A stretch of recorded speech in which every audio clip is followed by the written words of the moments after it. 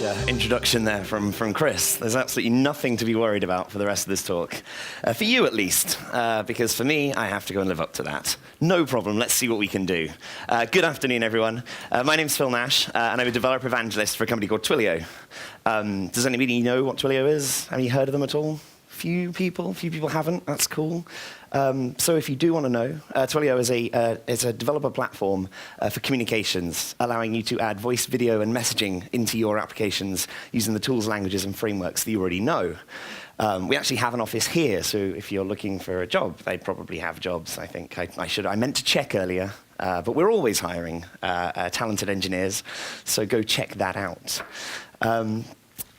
I'm not going to talk about Twilio really much today, obviously. We're here to talk about empty databases, as my title put. But you might see it crop up in my demo, so watch out for that. So what do I mean? An empty database in everybody's pocket. Grabbing a glass of water is not going to help. I'm talking about our browsers, on our devices, and the applications and things we're using today. Because I believe we're building better and better front-end applications. It's an amazing thing to see what's coming out in the world these days. But I fear that we're not using all of our features to the fullest extent. And so really the empty database I'm talking about is IndexedDB. And anybody who's used IndexedDB before? So yeah, cool, like 7 people. So you'll be able to correct me on everything I say later. And that's, I think, the problem. I think IndexedDB has a bad reputation. I think people don't like it. It's not a popular API. 7 people. I guess maybe if you had used it before, you also might choose not to come to a talk about it. But I do feel as though it maybe has a bad reputation. And I want to change that today. I want everybody to come out here excited about IndexedDB and why. And to start off, I want to talk about our other options for storing data in the browser. Because we've been doing this for ages, obviously. Because we've had cookies for forever, right? And they're great, 4 kilobytes of stuff that's sent backwards and forwards on every single request. We shouldn't be using cookies to store data in the browser. Not important data, anyway. Local storage is an option, and I imagine, has anybody used local storage here? Right, a few more people. It's an easy key-value store. It's simple to use, right? That's it, right? It's done. And you've set an item in your database, and you've got it to come back to. Aside from the fact that this is, of course, a synchronous call, so it's blocking. Obviously, setting one item is not really going to hold things up much, but if you're doing heavy work with it, that's going to cause some issues. And secondly, because it's the synchronous API, it's unavailable in things like web workers and the service worker, which only use asynchronous APIs, and for good reason. So that's kind of out of the question. That's not a good thing.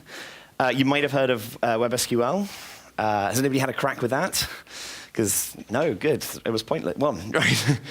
But it's dead, right? It's deprecated. It's all over. It's a nice idea to have a relational database in the browser. And actually, it wasn't that it was a bad API. Here, the W3C just deprecated it solely because all the browsers implemented it using SQLite on the back end. And so there was only one competing implementation of it, and that's not how standards work. So deprecated, gone. So we have IndexedDB. It's a horrifying API, and we're going to see more of that, and hopefully understand more of why that's the case soon. But why? Why do we care about databases in our browsers anyway?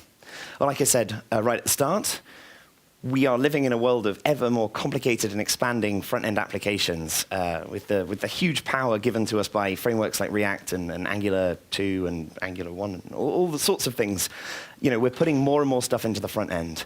And whilst I may not always agree with that as an approach, I very much like the idea of progressive enhancement and the ability to use a site without JavaScript enabled. I can't stop everyone doing that. So we have these big applications in the client side. And a lot of our data for those applications then gets moved over APIs over the wire, right?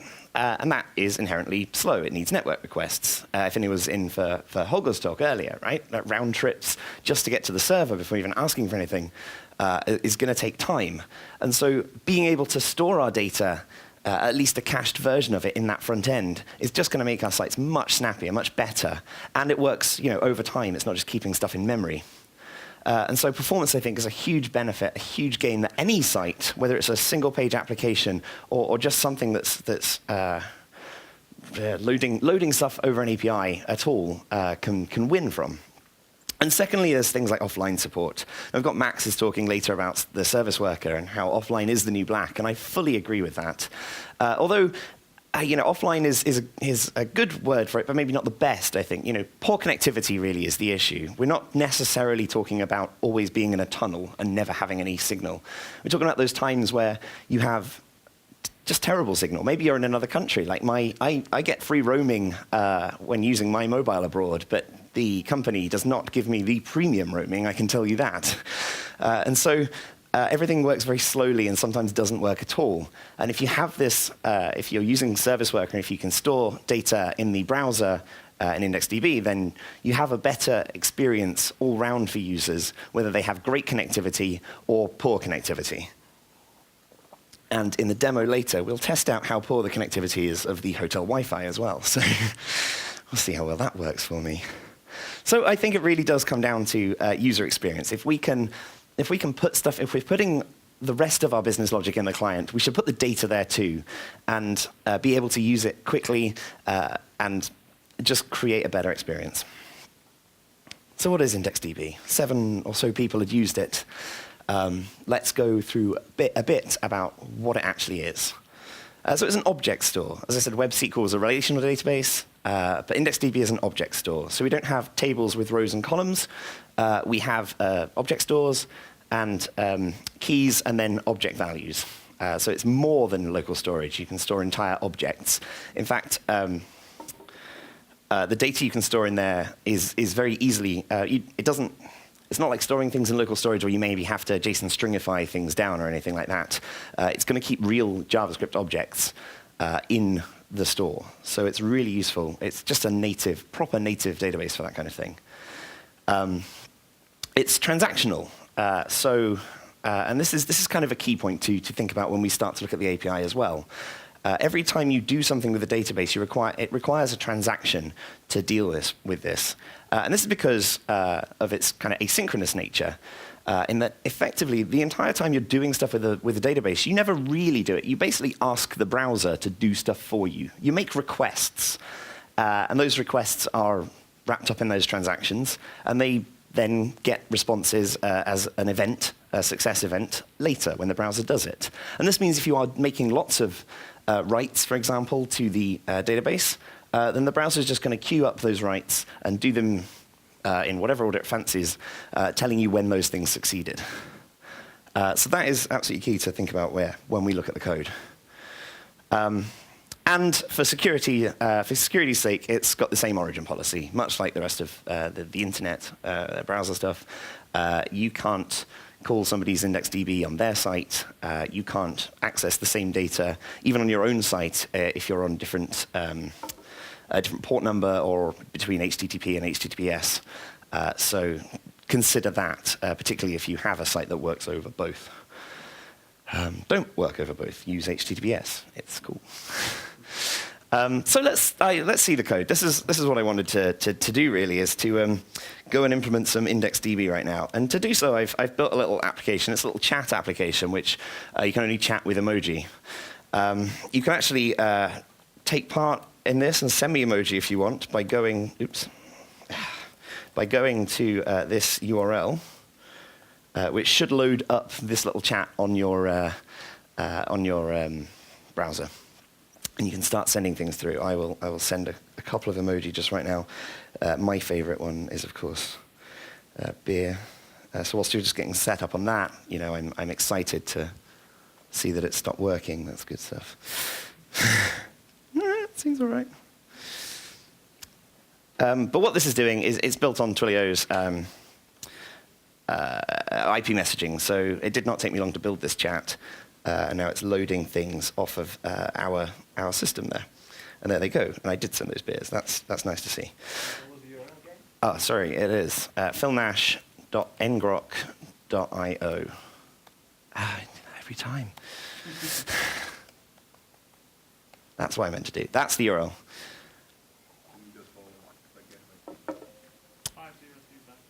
Oh, no. All right, good stuff. Maybe you've crashed it all. Well done, everyone. Let's restart it just to make sure.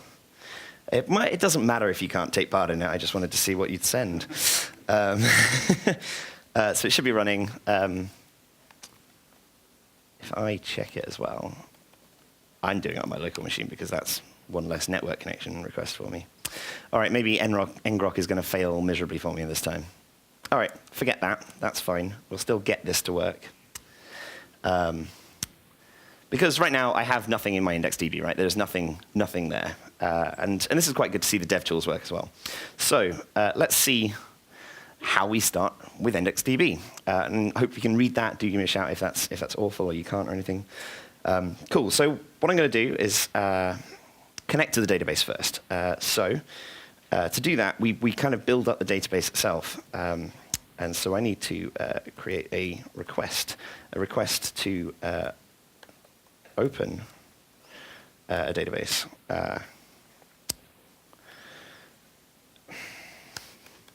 Forgotten everything already.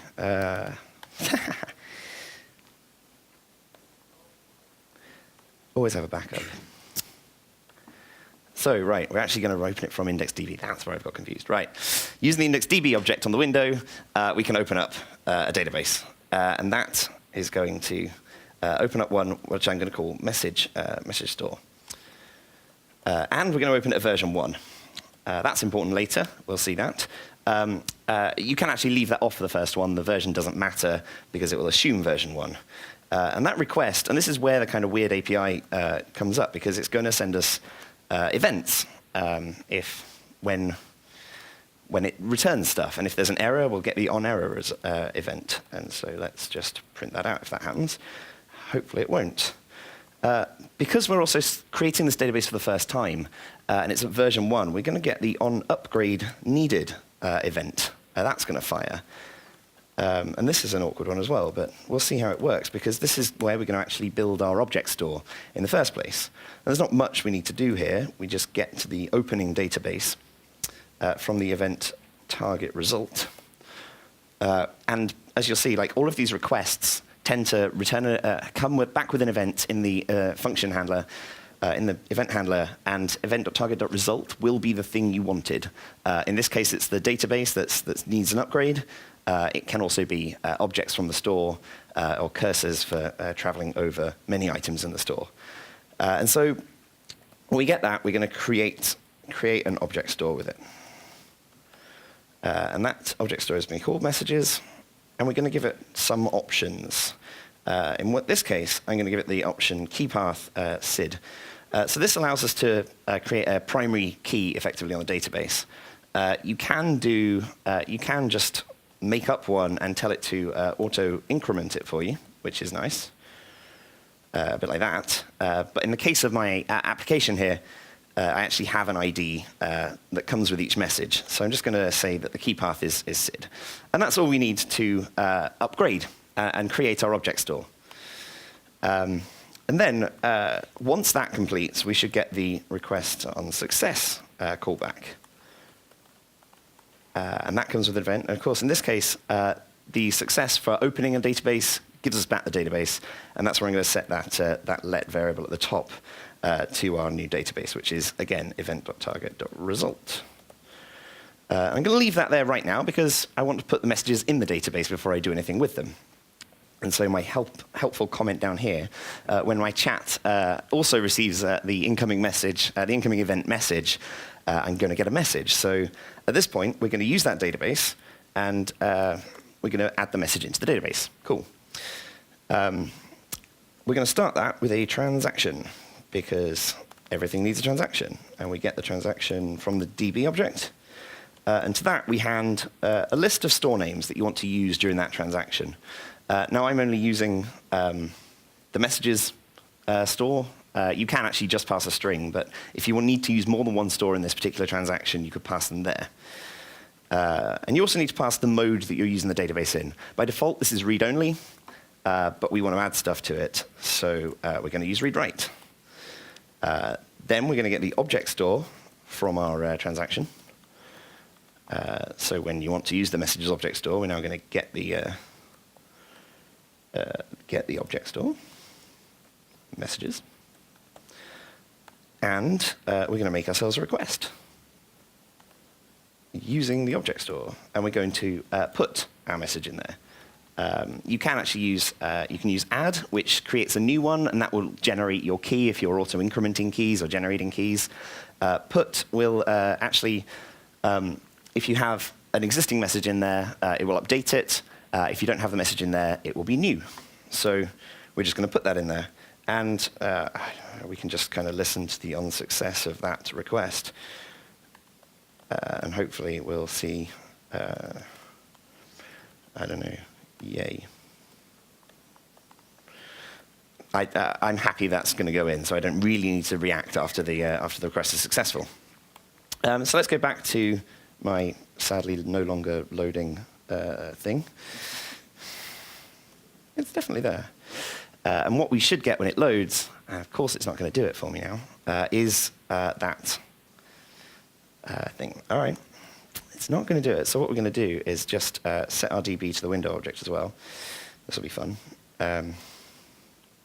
So I can access it there and just add in a result, just to show what it can do. So we have our message store and our messages, but there's nothing there right now. So if we grab the console and we have the DB object, we don't. Everything's taking forever to load, isn't it? Oh, this was working in the previous half an hour whilst I ran through it 6 times. Stop using the internet. The weird thing being I'm not getting errors, that's just 404s. Now we have a DB. All right, cool. It just wasn't done yet. So let's do what I just did there and add a message in. So let's make a transaction. DB.transaction using the messages store in read-write mode. And let's get our object store.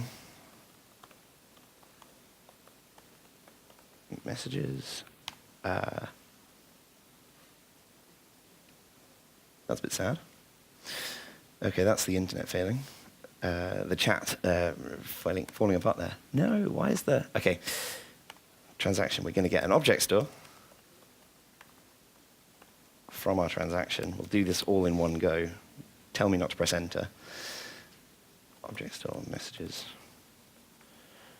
And we'll make the request to the object store to put a message, which I realize that's probably pretty small. It's right down the bottom there. So we're going to put a message which will have a SID, which I'm going to make up to be hello, and then a body, which is yeah, that's not going to work, is it? Because JavaScript doesn't really like emoji. I'll also say hello. That's cool. And once we get that, that should do that entirely. And that's given me a pending request there. But if we go back to the application tab in DevTools, we'll see that we have our object in there. Cool. So the internet can fail, but my code still works. That is important. And so, right, you see, we make a transaction, we use the object store on that transaction, and then we make a request to put this thing in the database. And that's pretty much how the rest works. Obviously, we may not see it work whilst the internet is being like this, but I'm going to go ahead and show what else this would do.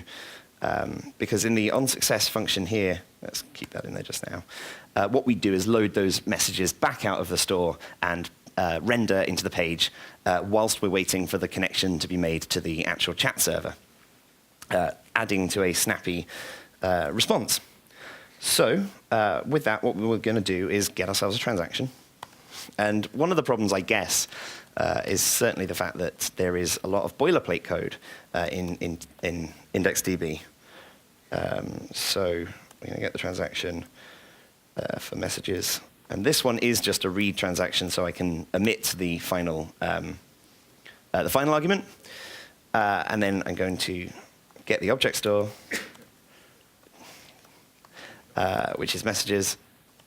And at this point, in order to get, so our request is going to use the object store And we want to get all of our objects out. So we want to use open cursor. So this doesn't just load everything into an array for you. It actually loads up a cursor for you, which only causes a problem if you're not used to using cursors, which, again, may be one of the reasons this doesn't like us. So we're just going to open the cursor. And again, on that request, when we get a success, we run the function with an event. And in this case, our event target result is going to be our cursor. So that's cool.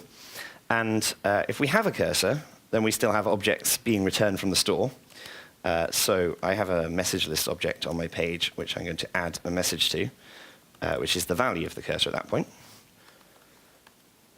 And then we call continue on the cursor, which goes around the event again, and it emits a new cursor with the next message in it. Continue. There we go. And if we don't have a cursor, then we're done. That's all of the objects that we got out of the store, and we can do whatever. In this particular case, I have a method called render messages, which takes that message list and renders them into the page. Cool. And that is all we need to go and then load everything into the page as well. So if I refresh that now, it's going to continue to fail to work for some reason. I have no idea why. But if we do this right now, we could probably load some things out of the store as well. So if I just grab everything, I don't know why it's failing to run based on the fact that it should all just be there. db.objects. No, it's not. It's transaction. Ha! You always call off the previous object that you got hold of. Let me grab this. This is going to work. And then we can get back to slides.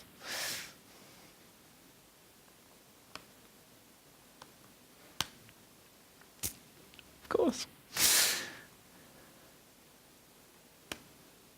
I'm assigning to a constant variable. How about that? OK. That's not the issue that's in there. That would work. Come find me later. We'll deal with this. In the meantime, let's get back to talking about it. It should work, and it should have produced a beautifully snappy page load, and then you'd see the rest of the application slowly load up and then take over, which I think is an ideal situation for this kind of code. But there's more to it than that, obviously, just adding stuff, getting it back out again. There are indexes. It's called IndexedDB, of course, because we can add indexes. So we have that primary key, which I set with the key path in that example. But you can set other indexes as well. And so you can do that with the object store create index action. And in this case, date updated is another field on my messages. And it is a date field. And so that will actually, if you access it via the index, then you'll get the objects in date order, which I think is excellent, very useful. And then you can run cursors off an index as well. It works exactly the same as just using a normal object store. So this is how you then use that. Once you've got your object store from the transaction, you get the index from the object store and open the cursor on that. So that's how that works. And then there's upgrading the database. So we did version 1 there.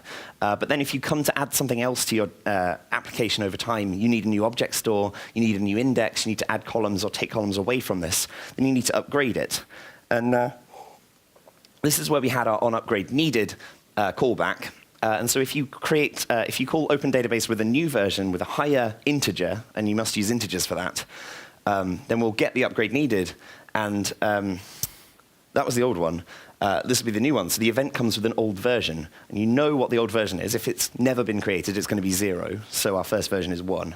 And you just run through the list of stuff that it needs to do to get to the latest. You need to make sure it's available for every browser, for new browsers to make stuff happen as well as the old ones. So make sure that if a browser's coming with 0, then it's going to create all your objects. Don't if-else this one out, because something will go wrong somewhere along the lines. And there are bugs, of course. We have to think of the downsides of the platform as well. And the main offender for problems in IndexedDB has been Safari, which is a real shame, because otherwise a nice browser. So Safari has two major issues that I recall, one of which is that I think it's been fixed in version 10, but Safari 8 and 9 had it such that if you had two different object stores and you had objects in them with the same keys, the old one would get removed, disappear. It was like it was the same object store. And that's terrible because if you had two object stores with auto-incrementing keys, they're just going to be integers which overwrite each other and just wipe data out. So Safari is horrible for that. And if you use any of the libraries out there, a couple of them will actually just use WebSQL on Safari and just map the API to it instead of using it. The other error has slipped my mind right now. Internet Explorer is a funny one. It does support it, but it effectively loses the length property on most kind of cursor and other kind of objects. If you need a length, then Internet Explorer is not going to help you out. But that seems to be the only thing that's missing from it, really. It has the IE team, or the Edge team now, have a great kind of feature rundown on their documentation of everything, showing what each browser supports, and it's ticks across the board for everything except Edge on length properties. Don't know why. So to solve these things, we do, of course, have libraries, and they're wonderful things because we store all the boilerplate that you don't want to have to write. And so the first one, if you still like local storage, if you still want a simple key-value store, then IDB keyval is pretty useful. This is a tiny little library. It packs down to about half a kilobyte. And it gives you an asynchronous key-value store like that. So you can set things, and then rather than waiting for the onSuccess event, you just have the then method. And rather than onError, you have catch. That's cool. IDB keyval does not do a lot of work to fix any issues with our older versions, so it won't work well in Safari particularly. But it's intended to be small and for the absolute kind of bleeding edge browsers. If you do want a key-value store and you're uninterested and you need to support older things, then Local Forage is the one for you. It's a much bigger library, written originally by Mozilla, and has part of its size is because it supports both promises and callbacks. So you can get node-style error-first callbacks like this, or you can do promises. Obviously, I think that's kind of nice. So Local Forage is really awesome.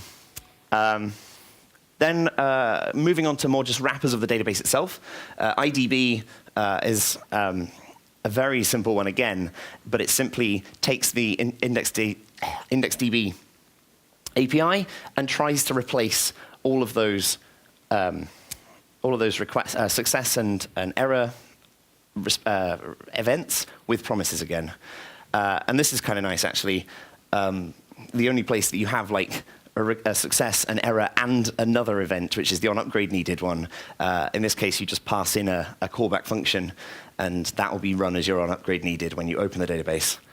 And then you can just carry on using that promise to use the database within it. And you like db.transaction.objectstore.get is going to return a promise and eventually have your value. So that's a really nice, and again, small wrapper that just tidies up a bit of the API for us. But if you want things that are nicer than just that little API, then I quite like Dexy. Dexy's pretty cool. It makes it a lot nicer. It makes it a lot less verbose, but also it just has a much nicer syntax. And so in opening a browser, opening a database, you just call a new Dexy object. You got your version 1, and you say, these are the stores in version 1, and then you continue to call down version 2, 3, 4 as you increase it. And then you can call open on that object. And again, it's all promise-based, which is lovely to use. And it also has a bit of a, it's not a bit of a querying format, really. So you can call like where and things like that. And so this is just where equal, where, in this case, if we have a key and we want where sid equals this key, that's just going to bring back, our one object for that. But you can use this to sort and filter any of your objects within the store. So that's pretty useful. So I highly recommend checking out Dexy. These slides will be online later and will include links. So these are all links to the things to check out. Dexy is also really nicely and comprehensively documented, which is super, super useful. And then finally, PouchDB. PouchDB is a bit of a monster in terms of size of library. because PouchDB actually recreates CouchDB in the browser. It also supports not just IndexedDB as a backend to it, but Web SQL, even local storage. Not that local storage is going to be very useful if you're using it in a worker or something like that. And so it has the same API as CouchDB if you've ever used that. And the absolute beautiful part of it is that PouchDB can sync your store in the browser to a remote CouchDB instance. So the browser just becomes part of the network, a distributed database for your system. So if you're doing anything which requires syncing that data back and forth, IndexedDB does not give you anything out of the box for that, but PouchDB is absolutely brilliant at it. So check that out too. And so overall, IndexedDB, I think, whilst it can be a hassle in terms of an API, we can fix that, obviously, with libraries and things like that. But what it's going to do, and had my demo not just collapsed under the weight of people looking at it, what you'd have seen is that it would just snap, it would enhance the experience so much better. It just makes things work quicker when you're reaching to third-party sources. I'd give you one last thing that I really like, and it's service worker based, which is the background sync method in Service Worker. And as I said, go see Max's talk later and learn about offline stuff there. But my favorite thing is background sync, which allows you, if you have no current connection, to wait for an event within the Service Worker when you have a connection back again. And then you can continue to do what you intended to do. So if you were to send a message in my little app there, and you were offline, we could store the message into IndexedDB. And then when the background sync event fires, get it back out again and send it on as you intended. And I just think that addition to experience that's so much better for users of the internet is powered by these technologies. And yeah, it just allows people to confidently use your application rather than seeing loading spinners, as Holger was talking about earlier. So IndexedDB enhances the experience for your users. And so I think we should go out there and fill the databases that are in our pockets, fill those applications up, and make things just work better for people. That is all I have for you this afternoon. Thank you very much. My name's Phil Nash. Thank you.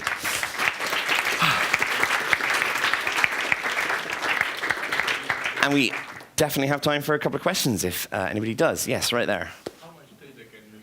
How much data can you store? It's a great question, because local storage, I think, was topped out at like 5 megabytes or something like that. And, but I believe IndexedDB I think it used to be 10 meg, and now the browsers actually make it much bigger. I read on MDN that it can be up to a third of your disk space, which is terrifying, right? So, be good with this. But yes, there's plenty of data you can store. The other thing is, you can keep blob objects in IndexedDB, and it will warn the user if you're trying to set a blob that's more than 50 meg in size. So you get loads of space. You can store large things, and nice to make a website that anyone visits and fills up the disk. yeah. Well, I mean, don't. I mean, it can't fill it entirely, right? You get a third, but if you have 3 websites, maybe don't. Yes. Any other questions? Yes. The browser has some sort of algorithm to clean up Clean it up, like remove your stuff without you knowing. No, it doesn't. Oh, that's an interesting point. No, but then I think that would be weird if any application just suddenly didn't have data because you hadn't been looking at it. The idea of these things is very much that you can trust your application is going to know that. Then it's going to clear it up, yes. Oh, I see. So that is true. And the browsers are working on better ways of handling that, particularly as we go into things like Service Worker and progressive web apps, which allow you to sort of install a web application. Now, obviously, you can go in and check out the message store here and delete stuff. Now, you actually have to write the code to delete it. I can't delete it from here, which is weird. Oh, no, but you can go to clear storage, which is right here, and that will clear out your IndexedDB and everything else you want. Of course, that's a dev tool, so that's poor. The browsers are working on interfaces for this. I think it is an interface problem for users to understand that sites are doing more, storing more on their side of things, and so they are working on that. Any suggestions are always welcome. Yes, go for it. Are there any kind of precautions I need to take when I'm doing read-write transactions on multiple tabs? Windows? That's great. That's there is no, because the browser is, because you're doing those requests, the browser will kind of queue them up and do them as it happens. What becomes weird is if you have updated if you have pushed a new set of the site live, and you have a new version for the database, and you have an old one running in one tab, and you open this now fresh thing, that is where you listen for, I can't remember the event off by heart, but it's something like version changed, and the database will give you a version changed event, at which point you can then handle it somehow. You can be like, okay, maybe you refresh this browser, like tell the user to do something about it. But yes, there are events for it. It is something to do with version, might be version changed, I can't remember off the top of my head. Yes, yeah, the transactions, that's how those transactions work, and that's why we have transactions, to make that, so we always use those transactions, and we never have to think it's the browser's duty to put everything in line. If you do make some kind of transaction that just doesn't work, like say you've removed a database, you've removed an object store, and then a later transaction trying to add something to it, that's where you got the error callback, and you have to handle that as such. Any other questions at all? All right, cool. Thank you very much for coming, and I hope you enjoy the rest of the afternoon. Thank you.